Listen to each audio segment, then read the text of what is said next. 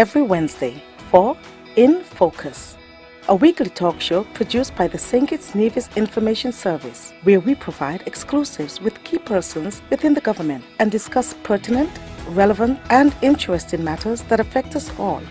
Tune in every Wednesday, live on ZIZ Radio and streamed live on Facebook at SKNIS Media and ZIZ Online. InFocus, your government, your business.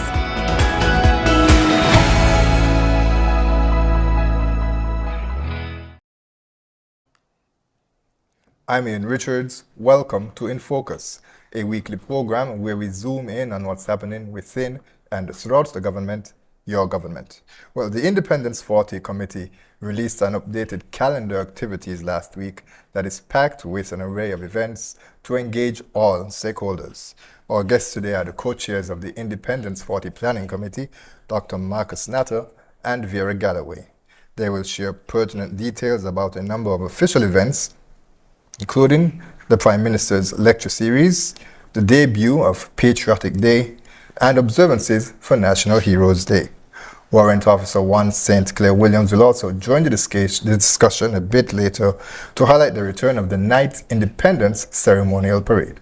Stay with us as we delve into your government, your business.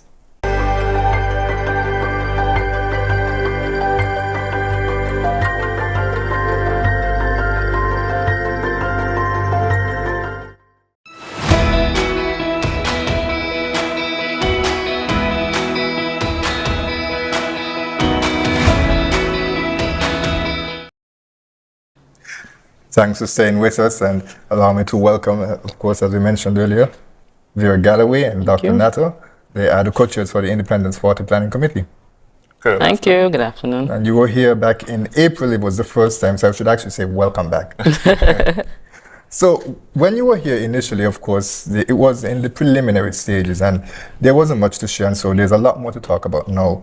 And the first thing that we would want to talk about is the theme, the selection of the theme. Now, there were over a pool of 200 submissions for the theme. Why was this particular submission chosen as the theme? So, well, thanks again, Ian. I didn't realize it was so long ago that we were here. You know, April seems very far away now. So the themes, potential themes, were chosen from a larger pool, as you said, by a subcommittee. So it wasn't really me and Miss Galloway, for example, choosing that particular theme, and it came down to about the top 5, which was then sent to the cabinet of ministers, and it was there that the cabinet sifted through those 5 and chose this one, and from the discussions we felt that this one really embodied what we saw for St. Kitts and Nevis for the next 40 plus years. Right, in terms of sustainability. So you see the words going sustainably in there, and developing maturely. That's the sort of thing we want to do, and then building resiliency. Right, those things are what we feel embody the vision for St. Kitts and Nevis, which is a vision that the Prime Minister has outlined as us becoming a sustainable island state. So that's why that particular theme really stood out to the members of cabinet, and it was chosen. And the author of the theme? Yeah, the author of the theme is a young man from the Challengers village here on St. Kitts, Reverend Damien Hughes, who penned the theme and submitted it. He's overseas, but he should be joining us for some of the independence activities, and so we can celebrate him and his winning theme. And of course, I believe this might have been the first time that the theme was chosen from a submission from overseas, which of course speaks to the significance of persons not just here in St. Kitts and Nevis, but in the diaspora being involved in the celebration of independence, because we are all Kittitians and Nevisians. Of course. I mean, even if you leave the country, you're still a national, right? You're still a citizen, and our people tend to stay very in tune with what's happening in St. Kitts and Nevis. So we didn't want to leave anyone out. And we opened up the theme competition to persons in the diaspora as well as those here in St. Kitts and Nevis. Right. So I would imagine, as we would have discussed, that the calendar, since it was re-released, everything is essentially all the T's are crossed, all the I's are dotted. And of course, for a few minor things, I would imagine there's always some hiccups that is expected along the way. So what can you tell us now? And I would say let's begin with the Independence Song Competition, because these things happened back a lot earlier before September. Right. Let's talk about the song competition. So in the song competition, we launched that a few weeks ago, maybe a month or more ago, and to date, well, by the deadline date, we had approximately 24 maybe 24 submissions that a subcommittee will go through and decide which one will be the chosen song, the chosen winner. It's a $10,000 prize, which is a pretty nice chunk of change, I believe.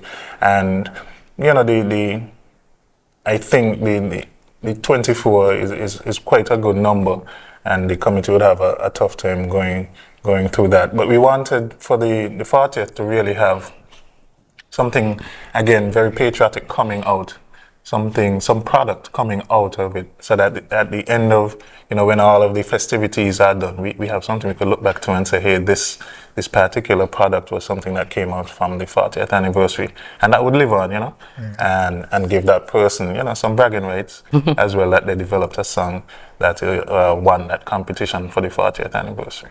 So is it along the same line where during the 25th anniversary celebrations, there was one that was penned by a gentleman out of Nevis, right? It was We've Come This Far, a very, very rousing and patriotic song that still speaks to me this day. So the competition is along those lines to identify a song like that can really capture the Independence 40 celebrations, or is it a lot wider? Yeah, capture the Independence 40 celebrations, and like you said, stand the test of time, because you're talking about something 15 years ago that still resonates with you, right? And, you know, we have a lot of songs like that from persons like, you know, Ellie Matt and Miko and so on, that still resonate and they stand the test of time. And that's, I believe, what the subcommittee will be looking for when they do their deliberations over the songs. Any date as to when the competition winner will be revealed? No date as yet, but definitely within the month of September, of course, we'll make sure that winner is announced. Right. Okay, and there was also, as we speak about the activities that took place before, there was conversations, the launch of a 7-part independence discussion series, Miss Galloway. Yes. Conversations, yes. Tell us a bit about the idea behind that. Well, I know that you're familiar with Conversations because, of course, you're the host. But thank you, Ian.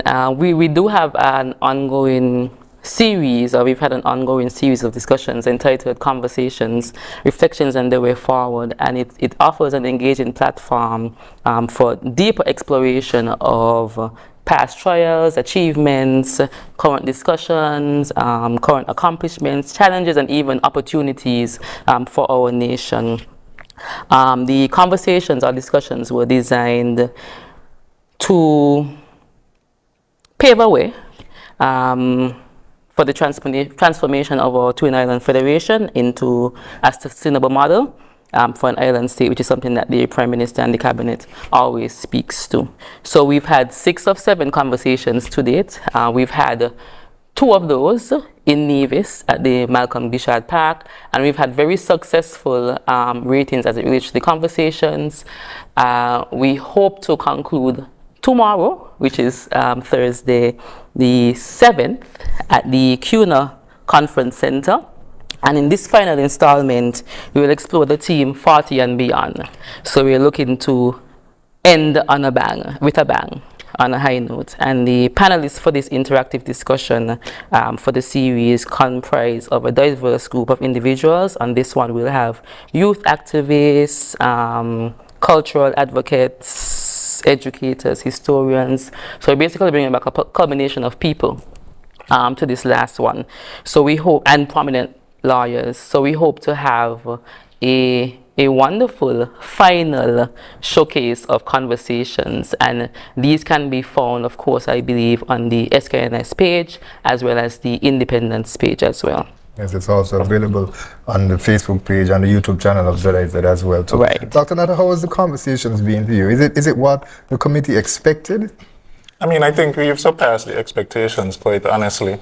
I have received before I give my own personal interpretations and views on it, I've received a lot of commendation from persons overseas. It seems like it's coming across as a very, good view for persons who are watching from overseas. Of course, we have a live audience as well, but the viewing experience from online, everyone is talking about how wonderful it really has been. They've learned a lot of persons, we talked about the Buckley's Red, we talked about, Republican status, we talked about CCJ and so on. Things that, we maybe mumble about or whisper about, but haven't really delved into it. And to give persons locally and in the diaspora that opportunity to hear about it and learn about it, I mean, they seem to have been blown away, at least from the persons I've spoken to. For me, I thought it was an excellent idea. I think for the committee, it's doing exactly what we wanted it to do. It's spurring some conversations more outwardly than just in our small corners, right? And with that helps to provoke, change. And so we hope that something will be spurred from this on the various topics, even the Buckley's Uprising. Take that for example. For us to, give those persons, as I see their matters and so on, more due recognition. Minister Maynard, for example, has talked about the monument park being built for the Buckley's Uprising and so on, and all of those things are, in train already. So conversations really lived up to its name because it was a conversation, and it has sparked additional conversations, I think, in the public as well. We also recognize that there was a tree planting ceremony, and the Governor General, Her Excellency Dame Marcella Leibert, sort of set the example, being one who would have participated in that. What can you tell us about that? Which, of course, is very important in terms of promoting that sustainable LNC that the cabinet continues to talk about and to drive. Yes, Ian. So this initiative actually happened on August 26, and it represents an ongoing effort dedicated to heightening awareness about the critical significance of conserving and safeguarding the biodiversity of our federation. So it's pretty important. The August 26 event was orchestrated by the committee and the Ministry of Agriculture. So we really want to extend thanks to the Ministry of Agriculture for joining us in this most important event. And like you said, we saw distinguished persons such as Dame Marcella, and we also saw community groups, including the Jenkins Leadership Course. I think they would have planted a tree as well. And it was delightful to see the participation and support coming from the community. I think this has been a staple on the Independence calendar, and I don't think it's going anywhere, to be quite honest. So we hope these are things that the trees, we hope to see them grow for the next 40 years. And maybe in 40 years, we'll go back and see exactly where they are, But it was a really exciting event. With climate change, and everyone is experiencing it now with this incredible heat. We definitely need more trees. Yes. So let's talk a bit now about what's to come. Of course, the Independence 40, we're celebrating, as you said, the 40 years this year. What's new and or improved on the calendar this year? Well, let me start with today. So today is the 6th, and the seniors are on show for today. So there's a Seniors Day Fun Day that is actually going on right now, coordinated by the Ministry of Youth, Aging and Disabilities. And speaking to the permanent secretary, she told me that the seniors are very excited and always excited. They do a lot of programming for seniors, and I think they have more energy than some of us even, right? These are persons who are eager to, live out their lives in the best way possible. And so that is going on right now, where they're doing arts and crafts and doing a lot of patriotic themed activities at the park, national park, next to the airport there in Connery today. So I want to highlight those seniors, our unsung heroes, as we like to call them. So that's a fairly new one, I believe. Before you move on, Dr. Nata, I have to say that it's refreshing to see the National Heroes Park being used for something else other than on National Heroes Day. The original design really was to be showcased as a place where persons can go and enjoy themselves, just hang out, have a lime, as we say colloquially. And of course, I know the Prime Minister would have had an event there recently as well. Yes. So we see that the park is being used a lot more for community events. Yeah, I think over the previous years, it was really once a year, as you said, it being used. And so we want to, open up the space and make it more available to the public. So you'll see some more activities happening there as well. In terms of other new events, we are hoping to also do a patriotic day, right? Where we are encouraging persons, to wear your national colors and your St. Kitts, your national wear, and so on, cook the national dish, etc. Decorate your offices, your cubicles, your schools, your homes, and so on, and really put it on display. Send us, post pictures online and so forth. And that's happening on the 18th. So that's a new thing because we want to again impress upon persons the idea of loving your country, especially around this particular time. We, as you I think alluded to already in your opening, we are looking at doing a ceremonial night parade. So I'll maybe leave that a little bit, but that's a little new for some persons, especially younger persons who were not born in 1983. I think we did it at the 25th anniversary. If they weren't born then, it would be a really good experience for them as well. On Nevis, I want to highlight that Nevis has an independence drag race that will be happening on the 17th, and a recital, I believe, by the Nevis Symphonic Band. So those are things that persons on both islands can endeavor to partake in as well. And there are a lot of fringe activities that are new. Some have been ongoing, but there are some new ones like Men in Aprons, and by a group of NGOs that are trying to raise funds for the children's Carding Home.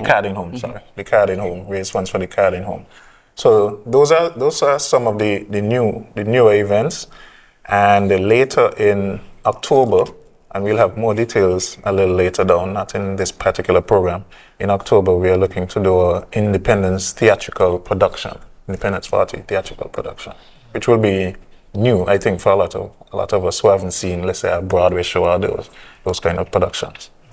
Let me jump back, Ms. Galloway, in terms of there's an Independence Street Fair that's planned for September 8th. And the Independence Street Fair is basically a social event. It's an event designed to encourage our families to come out together and just enjoy the festivities. At the street fair is being coordinated by the Creative Economy. And during that street fair, we would have local vendors selling locally manufactured items, so you get a chance to purchase items, and we get to sample the national dish. We have food, music, so stuff for the kids. So it's going to be a grand affair, and I would encourage the families to bring out,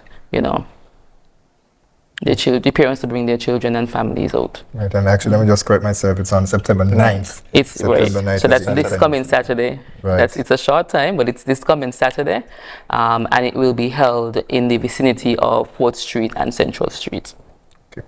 And I recognize there's also a launch of a commemorative stamp competition. Now, stamp competitions are not necessarily something that we see happen here in St. Kitts and Nevis, I think generally we take stamps for granted, honestly, especially with the advent of email and the internet, there's not as many letters circulating. Of course, businesses still do, but then most of the times they also just have a stamp that is already paid for. So the committee is planning to have this stamp competition. What can you tell us about that? Yeah, so again, this is to mark the 40th anniversary, give persons an opportunity to show their artistic skills, and again, something that they can win and can have bragging rights for. And again, it would live on for perpetuity. So this particular one is critically important again for the postal services. There are persons who are avid stamp collectors. I forget the name for persons who collect stamps, but they're avid stamp collectors and persons who would look forward to, putting something like this into their collection. And just a bit of maybe slightly breaking news as well. We are looking at, doing stamps as well to recognize and celebrate the relationships, diplomatic ties we've had with countries since in and around our independence, right? We're celebrating 40 years of diplomatic relations with Canada, the United Kingdom, the United States of America, Korea, the Bolivarian Republic of Venezuela, the Republic of China and Taiwan, as well as the Republic of Korea, commonly called South Korea. So we are endeavoring to do some stamps, again, commemorating this 40-year diplomatic relationship we've had with these six countries. Mm-hmm. And it's interesting as we speak about the importance of stamps and persons with the stamp collections. Now, that would really sort of propel in terms of persons in the international community, persons who are overseas, because as I mentioned, stamp collection is very big. Yes. And so having that international component added to it is something certainly that is very useful. Mm-hmm. Mm-hmm. Definitely. Okay. So now we also want to talk about an Independence Heritage Expo. And that is scheduled for September 18th.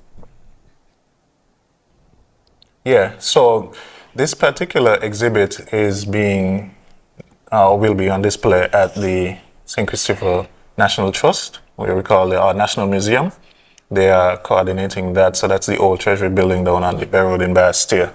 And again, they'll be taking us through a walk to, colonialism up towards independence and showcasing, various artifacts from that era, that 40-year span and before as well. And, they're inviting the general public to come down to the museum, view the exhibit, and learn a little bit more about, our road and our journey towards independence. Do you know if there will be an admission fee or will be offered?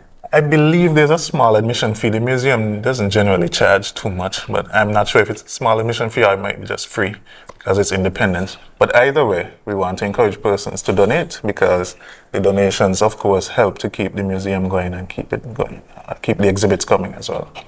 Right. Now, one of the things I noticed, Dr. Nata and Ms. Galloway, of course, there seems to be a focus on having cultural events as part of it. We just mentioned the expo on the 9th, and this is in Nevis, there's a cultural bar crawl. On the 13th, based on the calendar we're talking about, there's a schools in concert cultural fair. And then also there's a cultural night and fashion show that's on the 14th as well too. Mm-hmm. So can you tell us speak a bit about the infusion of cultural events within the independence celebrations this year? Yeah, well, I believe first here in St. Kitts and Nevis, culture is a big thing, right? And it comes in all forms, right? The food we eat, the music we listen to, the way we dress, maybe the way we walk a certain way in St. Kitts and Nevis. You see people bobbing and so on. So all of that it encompasses who makes us Kittitians, what makes us Kittitians, what makes us Nevisians. And so culture has to be fully infused into any activity that we are doing. We are kind of people, no matter what we have, we need food. Mm-hmm. You have to have food there. So when you talk about the street fair, as Ms. Galloway was talking about, food has to be involved. Music, our drinks, and so on.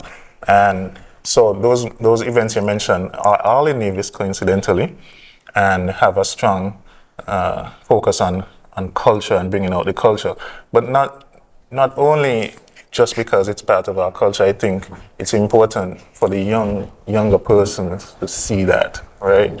We've talked about that around carnival time, that certain elements of our folklore, for example, were dying out, and they were bringing those back.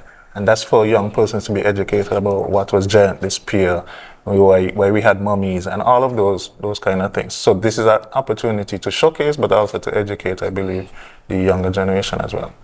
And I recall last year when the Prime Minister, when the Cabinet went to various schools, that the Prime Minister, when he was in St. Peter's, of course, he was welcomed by, the Cabinet was welcomed by a cultural performance. Right. The actors, of course, is one that has very close linkages to that community. And so it is good to see the young people engaged in these types of activities, helping to revive the culture of St. Kitts and Nevis. And as we speak about those school visits, they're coming up. Yes, yes. So the first school visit is actually, first set of school visits is actually tomorrow. And we're starting out with the West Zone primary schools. We start out with the primary schools and work our way up to the tertiary, secondary and tertiary level institutions. And this is a really exciting time. I'm going to tell you, the schools go all out. You talked about last year the Prime Minister and the cabinet members being welcomed with cultural performances. All of the schools do something very special to welcome the ministers.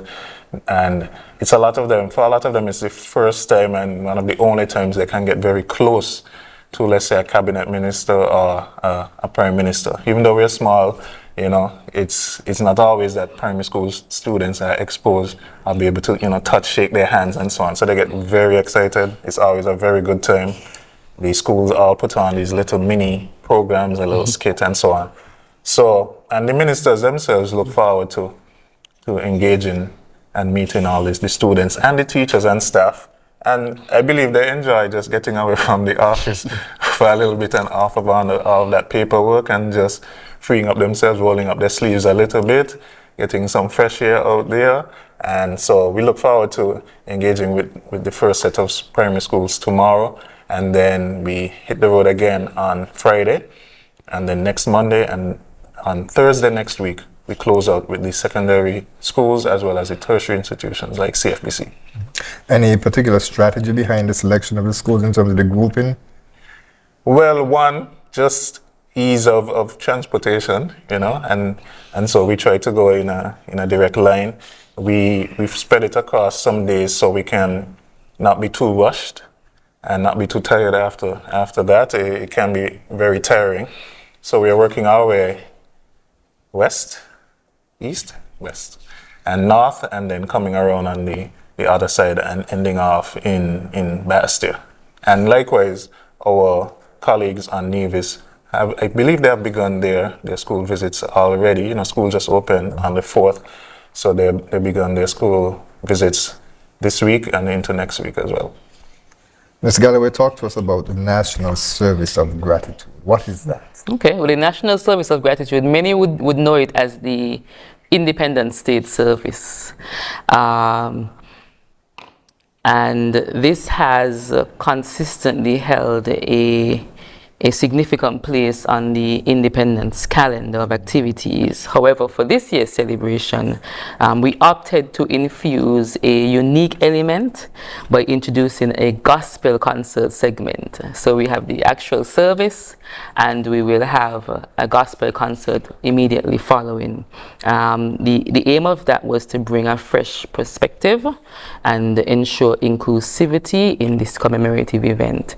So the added element is basically infusing or merging the traditional with the contemporary. So there's something at the concert for everyone, or at the National Service of Gratitude for everyone. What would you say influenced the name change? Like you said, it was often the Independent State Service, but now it's the National Service of Gratitude, State Service of Gratitude. What influenced that? Well, we're actually giving thanks. We're giving thanks to God for all of the blessings that He has given us as a nation. And I think that the committee thought that the name change would be more significant now that we are at the point of 40 years, which is very significant. So that's basically it, giving God thanks for everything that He has bestowed upon us as a nation. And the concept of merging the two in terms of a state service and a concert, there are some persons who may question the transition between both of them. Is it going to be after the service, or is it going to be incorporated within? How is that going to work? So everything will be incorporated. Of course, we didn't want to lose a lot of the traditional elements that we would have. So those would come first, and then the concert will culminate the entire activity. And so this is interesting in terms of the lineup, you know, I mean, any news to share in this respect? Or? Well, I can say that we do have an exciting lineup. I cannot share the artists at this moment in time. I will not. But hopefully, maybe sometime in the near future, in a week or so, we'll have more details on exactly who the artists will be, and we can share that with the general public. Stay tuned to the Independence Facebook page. Yes, correct. Okay. And so now we move to the ceremonial parade, and allow me to introduce at this time Warrant Officer 1, Sinclair Williams. Welcome to InFocus, sir. Thank you, Ian. Good afternoon. Thank you for having me. So, the Independence Ceremonial Parade is one of the chief highlights, to my mind, of the Independence celebration. I know it is something that a lot of persons always look forward to. So tell us what's planned this year. Okay, this year we, as the captain mentioned previously, we will have a night parade. The parade will start at 11:30 p.m. On Monday the 18th of September, and we will go over to Tuesday the 19th. Now there's a few activities that will be incorporated in the parade after the actual parade itself.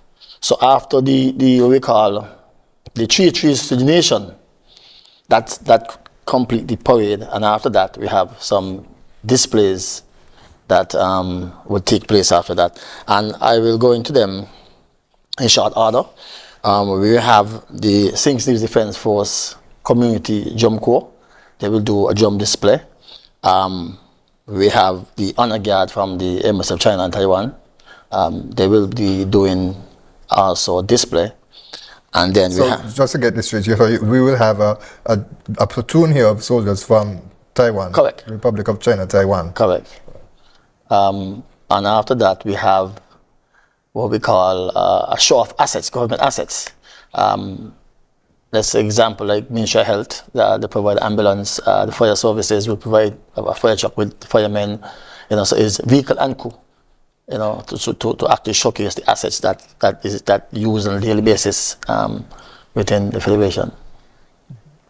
What would you say some of the unusual elements of a night parade that normally we would see in a day parade? What's the difference between the two? Well, besides the obvious timing, of course. Okay, well, it's basically the same parade format, but the night and the 40th anniversary, some of the highlights like I mentioned before is after the 3 years, but basically this is the same parade, that same format, sorry, that we normally do if we was doing the parade during the day. And Dr. Nath, I would imagine that having it in the night would encourage more persons to come out. As I mentioned, the unbearable heat as of late. Yes, well, we hope so. We hope so. It's a bit late, so I hope some of our seniors and some of us who are young and like to go to sleep early will still make it out. But what we really wanted to do was sort of reminisce about what happened in 1983, September 19th, where the Union Jack was lowered and our flag was raised at midnight. And so we wanted to sort of relive that in a certain way and bring back that night parade and that feeling for those of us who weren't born yet and so on, to experience that. So that was really the gist behind it for the committee for the 40th. And the warrant officer one has just explained some nice elements to it that I have never seen. For example, he talked about the assets being displayed as well. The fire trucks and the military vehicles will also be on parade. Normally it's just human bodies, marching and so on. So that's a nice element that I think persons will appreciate. And I'll let Ms. Galloway talk about probably the highlight that we think, the piece de resistance of the parade. But before you mention that, I have to mention that on YouTube yesterday, just by accident, I actually saw the Independence Parade for Trinidad and Tobago. I think they recently celebrated their 60th, and those state assets were also included as well. So it is something that is not unusual. It would be nice to see here. It will really be nice to see. Okay, but in addition to everything that was just mentioned regarding the visiting troops, like he said, we do have some new elements, and one of those elements this year we've decided to include something spectacular, This year we have commissioned the assistance of a company who will be coordinating a drone show. So those who don't know what a drone show is, it's basically a display of lights into photos or pictures or whatever it is maybe. And it's something that we're very excited about. It's a new addition, and we hope to see scores of people on the evening of the Independence Parade, so that we can ensure that everyone witnesses what should be a spectacular display of lights and talent and creativity on that evening.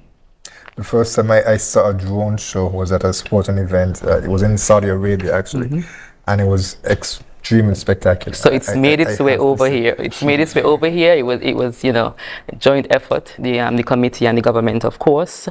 I think it will be something exciting, especially for the kids to see.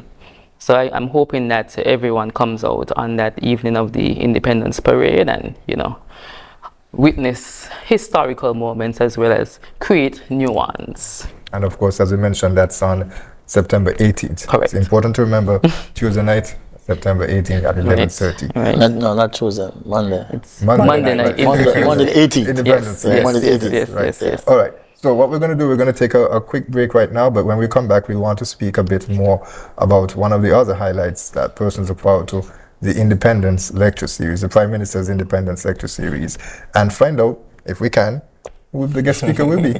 Stay with us. We'll be right back with more In Focus. If you haven't done it as yet, please do it today. Subscribe to our YouTube page at SKNIS Media for regular updates, live coverage, and even more information on your government. While you're at it, like, share, and interact with our Facebook and Instagram pages at SKNIS Media and SKNIS Info.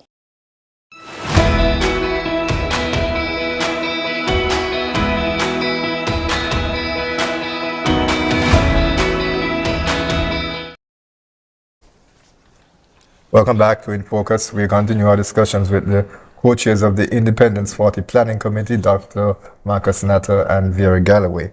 So, as mentioned before we took the break, there is the Prime Minister's Independence Lecture Series. What's planned this year? Yeah, so this year we are back again at the Marriott Resort Ballroom for our Prime Minister's Lecture Series, and we have the featured speaker. What day is that? What is the series? That series is on the 12th, so that's next week, Tuesday, the 12th, and from 7 p.m. at the Marriott Ballroom. Our featured speaker for the Prime Minister's Lecture Series this year is Miss Psyche Southwell, who is, of course, a daughter of the soil. She is a software engineer by profession. She's also a creative director and editor of her own fashion blog site, Economy of Style. And so she's a fashion blogger. She resides in the US, and she is also the granddaughter of our national hero, Sir Caleb Azariah Paul Southwell. And so we look forward to her bringing some dynamism to her presentation, and I think she'll be really, really good for this particular presentation next week, Tuesday. So we look forward to her presentation. Can you share a bit about what influenced the decision in selecting Miss Southwell? Of course, she's in what some would consider a non-traditional field. Right. Tell us a bit about the selection process. Right. So from our Independence 40 committee, we have various subcommittees, right, to handle all of these different aspects. So we had a small subcommittee that looked at various persons. I won't name everyone since, you know, we've chosen already various nationals and so on, who would be able to lend some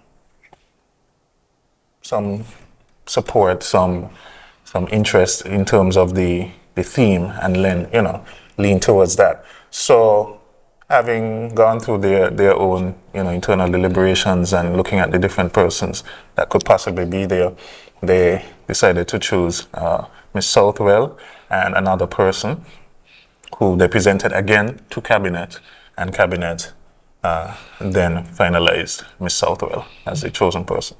And I have to say, full disclosure, she's someone that I would have attended school with, Okay. I think the CFBC. And not to age myself, but she's relatively a young person, Miss Galloway. I'm sure that's exciting to see, young persons from St. Kitts and Nevis who have achieved. It is, and you know what? Another plus is she's a female. I can't think it enough. I'm not sure exactly if we've ever had. Maybe we have, but it's been such a long time. Yes. She's so I'm pretty excited to see what she has to say.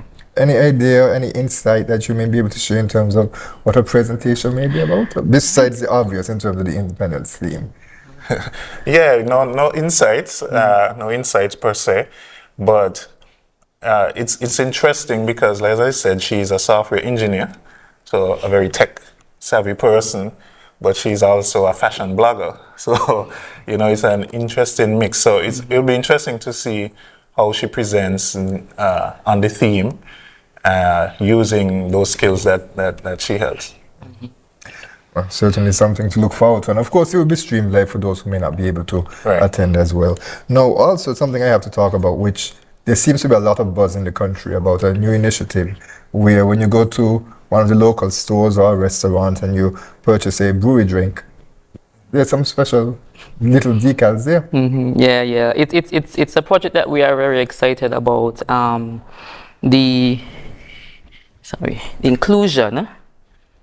Let's turn that the other way. Sorry. This one here. Of this project. So we teamed up with our good friends at the brewery to basically commission special edition bottle caps and labels. And these can be found on a variety of their products. I think it's approximately 20 of them. The popular ones, Carib, Stag, Pedrella, Ginseng, Ting.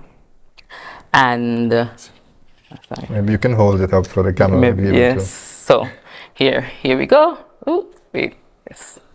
And then we have the top.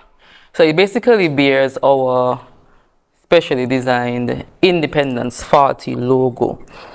And with this promotion, we have also made it somewhat of a competition. Where citizens will have the opportunity, and residents, will have the opportunity to win several things, including environmentally friendly shopping bags, which bears our Independence logo, of course, and a commemorative glass or mug, which bears the faces of our national heroes. So it's two totally different competitions that we are hoping to launch in the next week or so with Caribou. And it was exciting for me because I remember as a child I would have seen I think it was the Olympics where we had these special edition glasses, and we were like Coca-Cola glasses. However, this time we decided to partner with our good friends at Carib, who has been so generous, and do the special edition national hero mugs, which I'm very, very, very excited about. So I think it's something for all ages. I know as a child I enjoyed collecting the bottle caps, and who knows, the competition may include the collection of bottle caps. I'm not able to share the details as yet. I know you want me to share the details, Ian, but I'm not able to share the details as yet. But hopefully in a week we'll see that coming out, where you can learn how you can get an environmentally friendly shopping bag, which will be very easy because we want to encourage the no-use plastic, and also the commemorative mugs for national heroes. And that competition will be open to everyone? It's open to everyone. Good. All residents of the... I'm just making sure that I'll be able to qualify. And it's alcoholic and non-alcoholic beverages. Yes.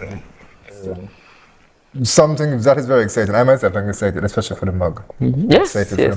I'm excited for the mug. You haven't even seen it, and I have, and I'm excited. So, I encourage everyone to it will be very simple, very easy. We're making it very easy for you to win one or maybe two of these items. So, if they purchase one of these drinks, they should hold on to the bottle. I would encourage you to hold on to the cover at this time. The bottle is, but the cap is important. And you wouldn't believe I had a thing last night. I don't have the And cap. you threw the cap away? I don't have the cap. Oh, you need to go and look for that cap, yeah. But I mean, but you know, but there are others. So what you can do is purchase 6 more, and you have 6 caps. Right. Now, apart from the celebratory activities, is there a component for giving back? I think mention was made earlier of an initiative involving the Carding Home. Yes. Tell us a bit more about the giving back part of it, which of course is very important as we promote patriotism and self-service, or selfless service, I should say, during this time. Okay, yes. So I think Capsec would have mentioned that, my co-chair would have mentioned the Men in Aprons event, and all of the proceeds for that event is actually going towards the maintenance and upkeep of the Carding Home. The Men in Aprons event is actually being put on by, like Capsec said, a set of NGOs, in partnership with the Independence Committee. And I believe, well, based on what I've heard, because we're not the actual organizers, it's supposed to be something very exciting. We're accustomed to seeing women in the kitchen, but this time it will be men in the kitchen.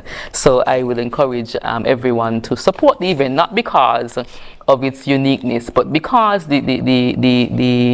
it's in aid of something special and dear to all of us. And we all know that the Carding Home is in need, so.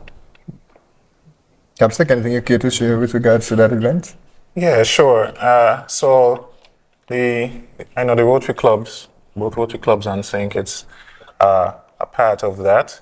And as well as I believe the Carib Brewery is a partner there as well. So the brewery, again, giving back in their own unique ways. But I also want to maybe highlight the Rotary Club of St. Kitts, who also will be doing a car rally on National Heroes Day, and the Rotary Club of Lyamiga, of which I'm a member. We always do our Saddlers Home for the Elderly luncheon, where we have we have lunch with elderly in that particular home, as well as in the surrounding Saddlers communities. So that's, again, ways of giving back. I know Shades of Pink is happening as well on Heroes Day, and that's by the Reach for Recovery Breast Cancer Support Group. And, you know, Brimstone Hill has their Fit and Fearless run every year, which is on the 30th. So all of these entities, I know St. George's Anglican Mothers Union, their breakfast on Independence morning, they do a breakfast as well. So all of these groups, you know, along working with the Independence Committee, some of them are doing some really good work in the community, raising funds, which I know they will in turn give back to support vulnerable persons in the community. And of course, it highlights the importance of everyone getting involved during independence, the importance of not just depending on the government to organize something to celebrate, because quite frankly, you can have your own party as well. Of course. Of course. Right. Okay, so we are almost out of time for this program. So any final comments either of you would like to share? Well, I just want to encourage everyone to support the Independence event. The committee has done an extensive amount of work to ensure that we have events that encompass everyone. So I am imploring upon the general public to support the events, also to get engaged, decorate, you know, let's show our patriotism. I encourage the businesses to decorate their offices, and I encourage even the homeowners to show some sort of pride, even if it's just a flag in their front yard, or, you know, something on their door representing our national pride. I really want us to think deeply about that. I don't think it's something that we've really practiced in the past, and this year, for 40 years, we really want to encourage that. Also, just finally, I know we've started last Friday with our National Colors Day. For green, this Friday we are on yellow, so we would encourage everyone to come out in their yellow. The committee has discussed the possibility of including some prizes for the most creative outfits that we do see on these patriotic days. So I really want to just encourage the general public to support the committee, support the activities, and have a wonderful independence when it comes. Yeah, so thanks again, Ian, for the opportunity to come and speak and, you know, inform the public about what's happening for Independence 40. I echo everything Ms. Galloway has said. We really worked hard to ensure that there's at least one activity that every single person on St. Kitts and Nevis can say, okay, that I'm interested in, whether it's conversations, whether it's the parade, whether it's the drill competition, the street fair, going over to Nevis for the drag race. There must be something you can find on the calendar to say, hey, I'm interested in viewing that or actually going and participating. So we really look forward to persons' support for these various activities. We've gotten a lot of support already. We want that to continue. And we really want people to, step back at some point during all of these festivities and just think about, your country, where we came from, and where you want to see the country go, right? So we hope that even in the schools, they can do some things in the classroom and ask the young children, where do you want to see St. Kitts and Nevis go? What do you want to see us do? How do you want to see us develop? What else should we really be doing, right? It's not really for just the Prime Minister and a cabinet to figure out these things. The general public needs to inform as well. And it can start right down from a primary school student right up to an elderly person. So we really want to encourage that, and for persons to really just, at some point, just think and meditate about your country and what you want to see for your country going forward the next 40 plus years. Many of us maybe can't remember way back before independence, but we could surely think about where we want to see the country go. Yeah, and I think it's important to note that there's something to gain for everyone in this equation. So I mean, everyone should be encouraged, knowing that there's something special coming their way. In the next, how many more days do we have in September? We're at. Well, this is what? September 6th? For the remainder of September. We have 24 yes, more. Yes. So. Okay, so Dr. Marcus Natter, Vera Galloway, and of course we'd like to say special thanks for Warrant Officer 1, St. Clair Williams, for joining us as well, to those who would have shared a bit about the Independence Ceremonial Parade. So thank you very much, and certainly we can find the full calendar of events where? On the Independence page, and I think it will also be displayed in several locations throughout town, in Bastia and in Charlestown, and we also, I think it will be on the SKNIS page as well, and we also have physical copies of the calendar that we will be distributing throughout. Okay, thank you very much for giving us that update. Thank you, viewers and listeners, for joining us for this edition of InFocus. As mentioned, of course, as before we leave, we encourage you to join us for conversations, reflections, and the way forward, which is on Thursday at 6 p.m. We'll be back at the Kuna Caribbean Conference Center, and it's the final edition of Conversations, at least for this year. We don't know what will happen in the future, and the topic will be 40 years and beyond. For now, I'm Ian Richards. Be sure to join us for our next edition of InFocus next week on Wednesday, the same place at the same time. Join us every Wednesday for InFocus, a weekly talk show produced by the St. Kitts Nevis Information Service, where we provide exclusives with key persons within the government and discuss pertinent, relevant, and interesting matters that affect us all. Tune in every Wednesday, live on ZIZ Radio and streamed live on Facebook at SKNIS Media and ZIZ Online. InFocus, your government, your business.